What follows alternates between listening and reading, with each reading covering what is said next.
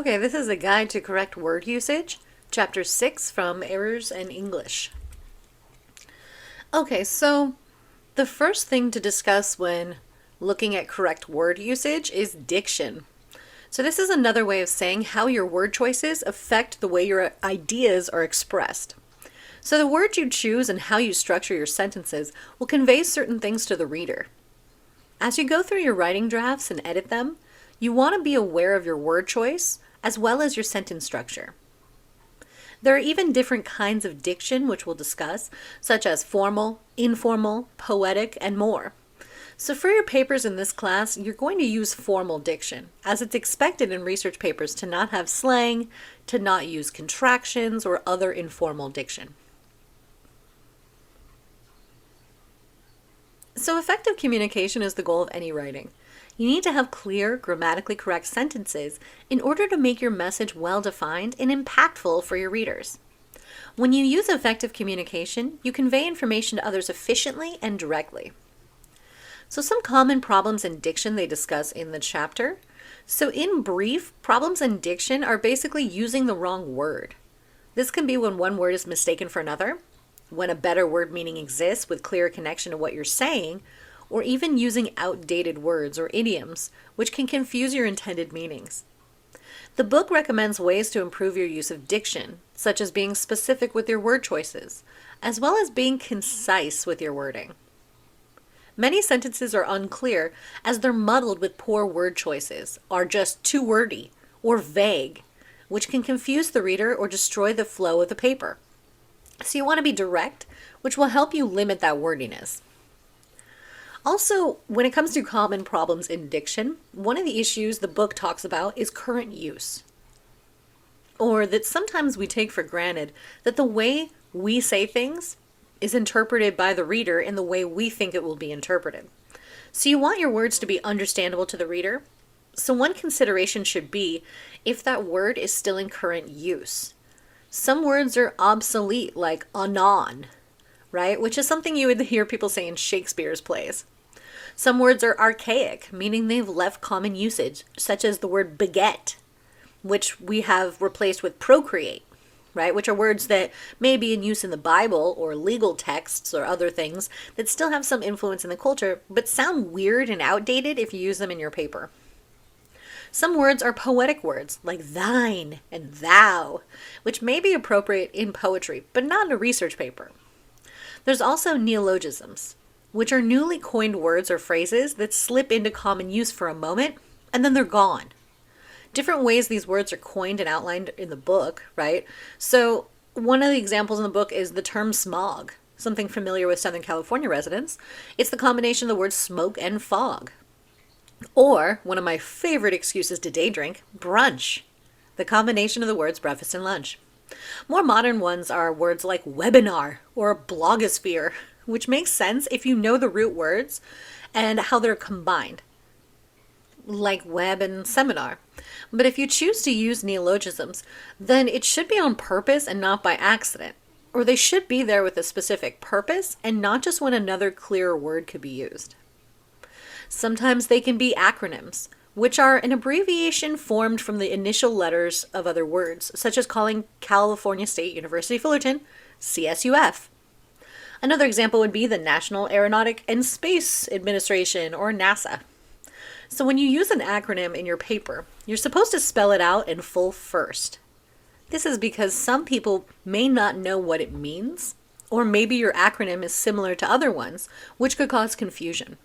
It also might be about a community, such as BIPOC or LGBTQ, right? In which letters are used, and it's important to the scope of whom you're talking about. So if you say LGB or LGBT, two different communities, or LGBTQ, they mean slightly different communities, even if they're all under the larger umbrella. We need to be clear in our papers so that our scope, focus, and intentions are all clear. Sometimes the problem in diction is the use of slang terms. This could be relevant if your paper explores expression or uses people's specific quotes. Or maybe you're doing an ethnography where the language of the group is under examination, and then that is important to your paper, and that's why it's there. So then slang can fit, in those situations, but for most papers, it can really take away credibility from the author and confuse those who are out of the loop or maybe are not native speakers. So it's considered informal, but again, this depends on the context, and there are situations where this would work, but not in your literature review where you're synthesizing someone else's research or findings. You need to be aware of what is slang and generally avoid it in your paper submissions. So you want to generally avoid usage of these terms, but there's no definite rule as language is constantly in flux. Another thing they guard against is national use and localism. So just as language is in flux and changing, it's also culturally specific, which is why sometimes you hear British terms for things and they sound super weird to us. Like the book example of how British people call car hoods a bonnet, right? And the car trunk is called a boot. Or what I noticed watching British baking show is biscuits, which means cookies.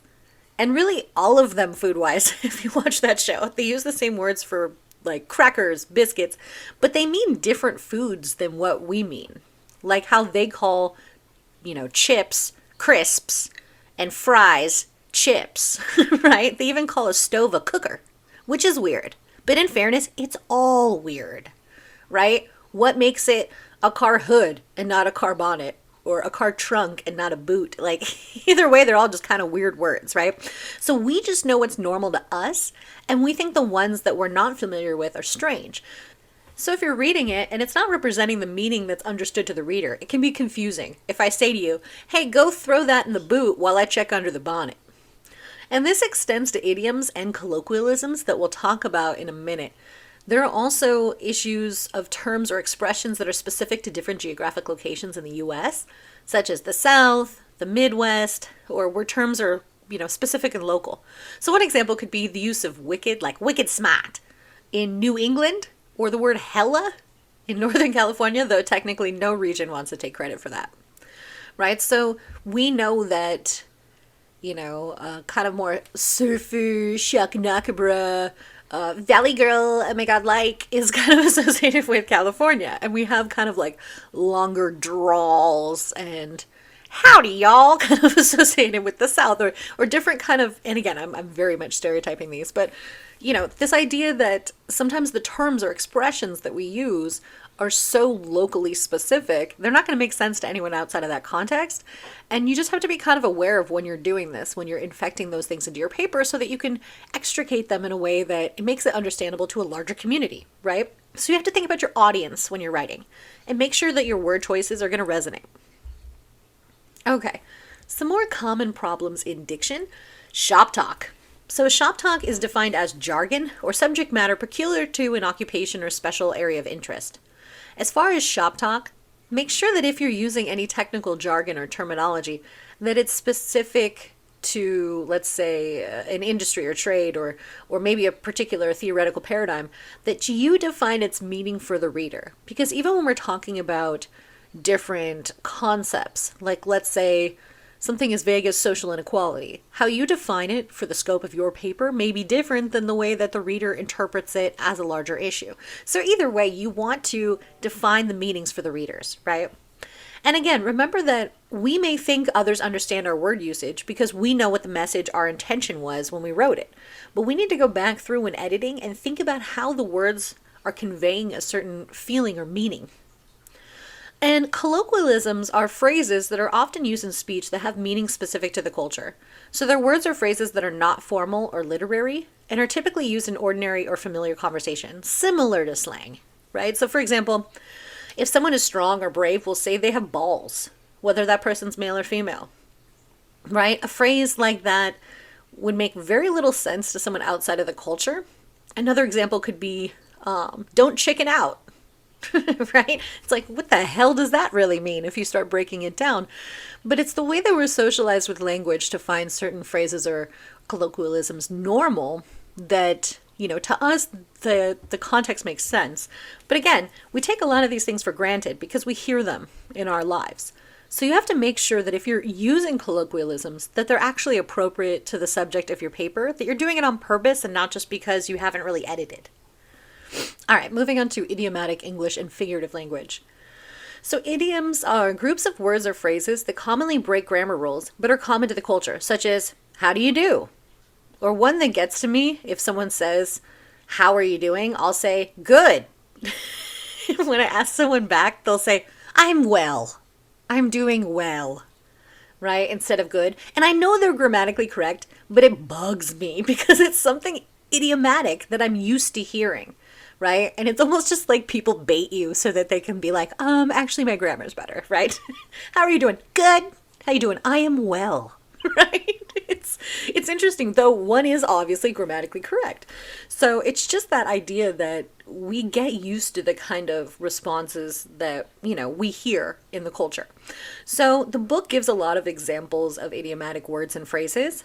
My example would be words that that mean easy, such as a piece of cake, no sweat, or it was a breeze. Right? We understand what these things mean. They all mean something easy. But if you're not a native speaker, these phrases can be elusive and confusing. Right? Like, what the hell does a piece of cake have to do with something being easy? Right? Or, oh, it was a breeze. Right?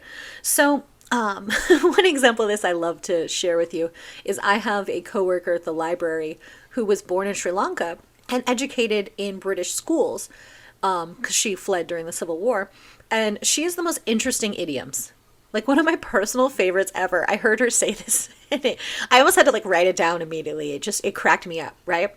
She said, I'm sure you've heard the expression save your breath, right?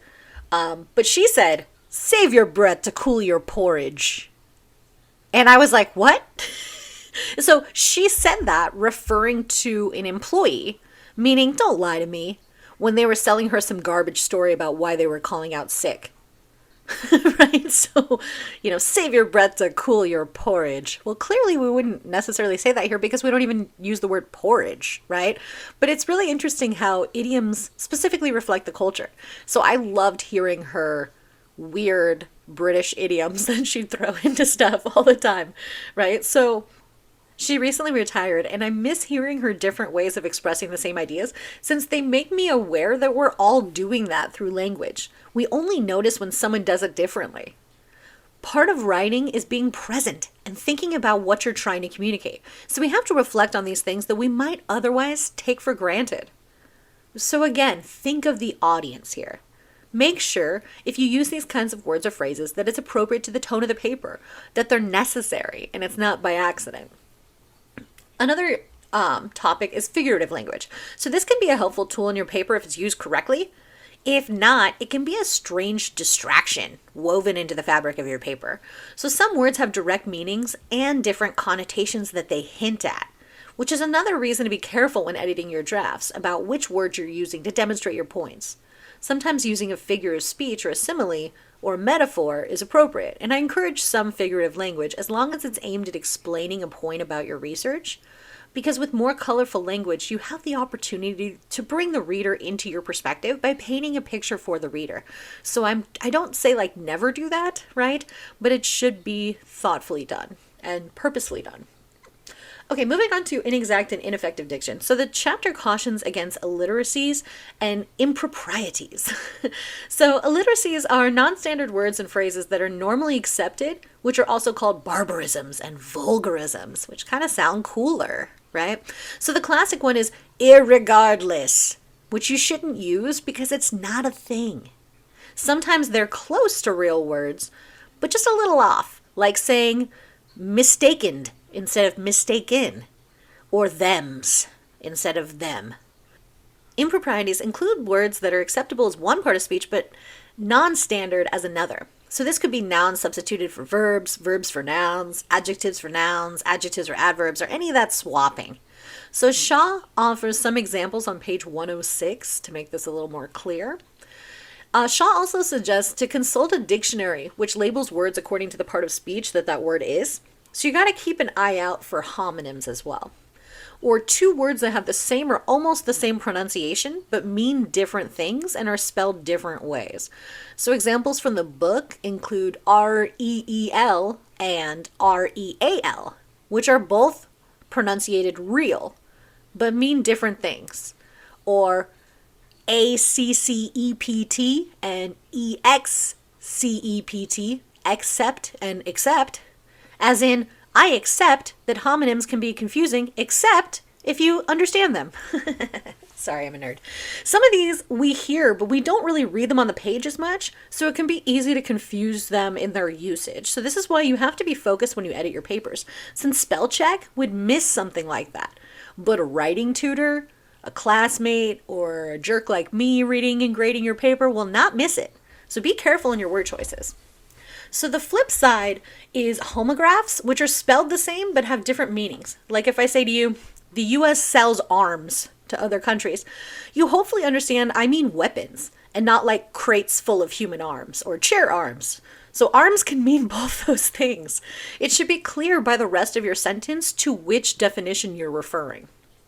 There are some suggestions the chapter gives for ineffective diction, not necessarily things you should never do, but it cautions against things that can be damaging to your paper, like exaggerations or affectations.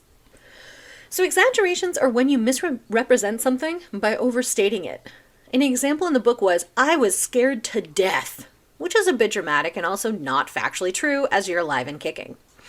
Affectation is artificial behavior intended to impress others, or mannerisms, or ways of talking, acting, or writing that involve shows and pretense. Sometimes this is just using a bunch of fancy or stuffy words to try and make your writing sound smarter, when it just sounds pretentious. So here's the chapter example from the top of page 108, right? Here's the affected diction. Quote, after liquidating her indebtedness, she was still in possession of sufficient resources to establish a small commercial enterprise. Right? Now an effective sentence sounds more like this. Quote, after paying her debts, she still had enough money to set up a small business. Right? Much clearer, straightforward, and effective. You don't get distracted by all those extra, somewhat arrogant words that make your point murkier. Okay, so then moving on to euphemisms and jargon. So euphemisms are typically watered down phrases, many of which are trying to clean up things that are otherwise unpleasant. For example, euphemisms for death are pushing up daisies, kick the bucket, or he has passed on. Right? Another example would be, this company is downsizing instead of layoffs. Or that a person is between jobs, which is a much nicer way to say that they are unemployed, right? So using these can make your paper seem less formal, and unless they're used for a specific purpose, it can also affect the clarity of your paper. So again, jargon, we touched upon this a little bit before, are special words or expressions that are used by a particular profession or group that are difficult for others and, to understand, right? Unless they have that specific knowledge. So these words can be either industry-specific terms and phrases. So this is something like, let's say you go to your mechanic and he starts talking very specifically about parts of cars, right? That's a jargon where you're like, oh, I don't know what manifold affects the pressure of the thing and the stuff, right? Or, sometimes let's say you're like a computer programmer and you're talking to someone that has literally no experience in coding. The way that you would even try to explain it is going to use a lot of terminology that they just don't understand, right? So it's important in your paper to be clear if you're using any specific jargon, or in our context, it's not as much jargon as it's like sociological theories or concepts or perspectives or things like that you might be introducing, more so than like, a specific jargon of like, let's say mechanics or something like that, right? But it's still important to make sure that you're clarifying what the meanings are and really how it fits in your paper. They also talk about phrases or simply nonsensical words or phrases, like what the book refers to as gobbledygook, right? Which sometimes kind of sneak into our papers as well. And then there's slang, which is non-standard vocabulary that comes from subcultures in society. Not only is this informal, but it tends to go in and out of use pretty quickly. So, when you think of slang that was common the last time Sean Combs changed his name, like the first time I heard my mom say that something was, oh, that's da bomb, I was like, okay, well, that's dead. That's dead in the culture, right? So we know that sometimes it does make sense contextually, as we discussed before, to use some slang if it's used effectively, like let's say it's quotes or it has to do with the meanings behind these things. But the real problem with it too is not about it being connected to subcultures or any of that kind of maligning, at least within sociological papers. It's more about the fact that it can be very dated, right? To say like, that's da bomb, right? It's not going to come off correctly now. It just sounds very old. So that's, something to keep in mind when it comes to slang is just how quickly these things kind of cycle through the culture. Another problem here that they talk about with ineffective diction is wordiness, right? It's basically just an error of not editing enough. You're not going to be able to write perfectly top to bottom effortlessly. Sometimes you put in too many words, and it's through revising and editing that you can look at your sentences to determine if all the extra wordiness is just weighing down the clarity and affecting negatively the meanings in your sentences. So wordiness is one of the most common mistakes in writing. So it's something that you will probably face when you're writing your paper. So the best way to deal with it is editing multiple drafts of your paper, right? Putting it aside, looking at it later, editing it again, or oftentimes it's like force a significant other or a family member to read it, right? And I mean force, no, I'm just kidding. That's kind of what I do with my husband. He's always got to read when I'm writing. So, a lot of this just has to do with making sure that you're editing through it, you're going to get rid of a lot of that wordiness.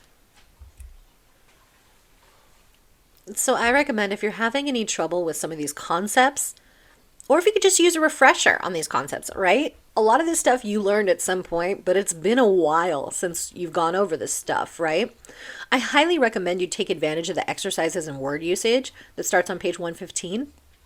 And let me know if you have any questions.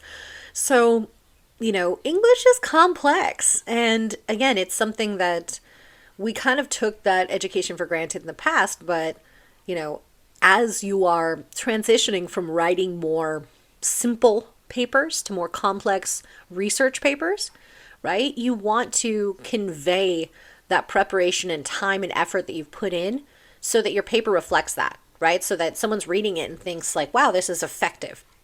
And the best way to do that is to make sure that you're, keeping in mind some of these ways to avoid these errors that could be made in your word, choice or your word usage, so that you're conveying a more direct message and really something that's just much more effective, right? So again, use your book as a resource for these things.